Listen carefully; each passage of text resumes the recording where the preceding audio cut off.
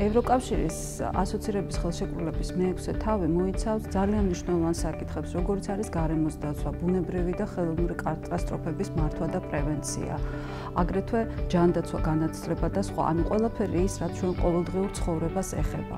იმ შემთხვევაში, თუ მოხდება ევროკავშირის ხელშეკრულებით გათვალისწინებული ღონისძიებების გატარება, ამ შემთხვევაში პირველ რიგში გაუმჯობესდება საქართველოს კანონმდებლობა და ინსტიტუციური მოწყობა. ამის შედეგად ჩვენ გვექნება უფრო მეტი ინსტრუმენტი, რათა ხანგრძლივადიან პერსპექტივაში დავგეგმოთ საქართველოს სოციო-ეკონომიკური განვითარება, ხოლო მომზადებული პროგრამები და პროექტები იყოს უფრო მაღალი ხარისხის.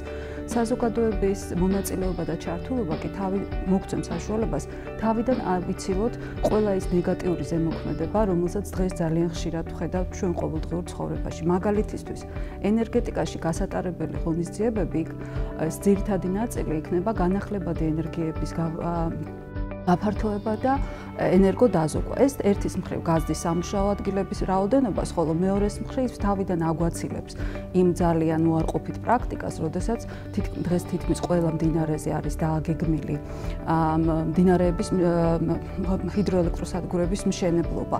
ასეთვე ძალიან მნიშვნელოვანია მაგალითისთვის იმ ღონისძიებების გატარება, რომელიც ჰაერის თუ წყლის დაბინძურებას შეეხება. თითქოს ეს ძალიან რთულია და თითქოს ეს ძალიან ძვირია, მაგრამ სინამდვილეში ეს აისახება ჩვენი ბავშვების ჯანმრთელობაზე. მაგალითისთვის, თუ ყველა ამ ღონისძიებას გავატარებთ 2020 წლისთვის, ჩვენ მოვახერხებთ ყოველწლიურად ჰაერის დაბინძურებით გამოწვეული ლეტალური შედეგების შემცირებას და ეს არც ისე ცოტა, დაახლოებით 600-მდე ადამიანს შეეხება.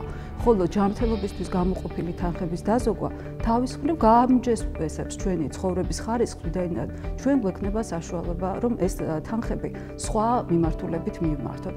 აგრეთვე ძალიან მნიშვნელოვანი არის ბუნების დაცვა. განსაკუთრებით დღეს საქართველოში გავრცელებული ბუნებრივი კატასტროფების ფონზე. თუ ჩვენ სწორედ მოვახერხებთ როგორც სოფლის მეურნეობის, ასევე სატყეო სექტორის განვითარებას, ამის შედეგად შემცირდება წყალდიდობები და შემცირდება ღვარცოფები. შესაბამისად, ამ მოსახლეობას ექნება საშუალება, რომ მან გააფართოვოს თავისი სოფლის მეურნეობის პროდუქციის წარმოება, შექმნას ისეთი საშუალო და მცირე ბიზნესი, რომელიც მიმართული იქნება თუნდაც ტურიზმის განვითარებაზე, თუნდაც ადგილობრივი გარკვეული რეწვის განვითარებაზე. ყოველივე ეს ძალიან მნიშვნელოვანი იქნება პირველ რიგში სამუშაო ადგილების შექმნისათვის, რასაკვირველია. თუ გავითვალისწინებთ რა სიკეთე შეიძლება მოიტანოს ევროკავშირის კანონმდებლობამ, იგივე თუნდაც მომხმარებელთა უფლებების დაცვის შემთხვევაში, ალბათ ყველანი მეთანხმებიან, რომ ეს ძალიან პრობლემატური და მნიშვნელოვანი საკითხია დღევანდელ საქართველოში. დღეს, როდესაც ჩვენ ვყიდულობთ მაგალითად ბავშვის საწოლს, ხო? ამ შემთხვევაში ჩვენ სრულიადაც არ ვართ დაზღვეული, რომ ეს ბავშვის საწოლი ტოქსიკური ნივთიერებებით არის განჟღენთილი.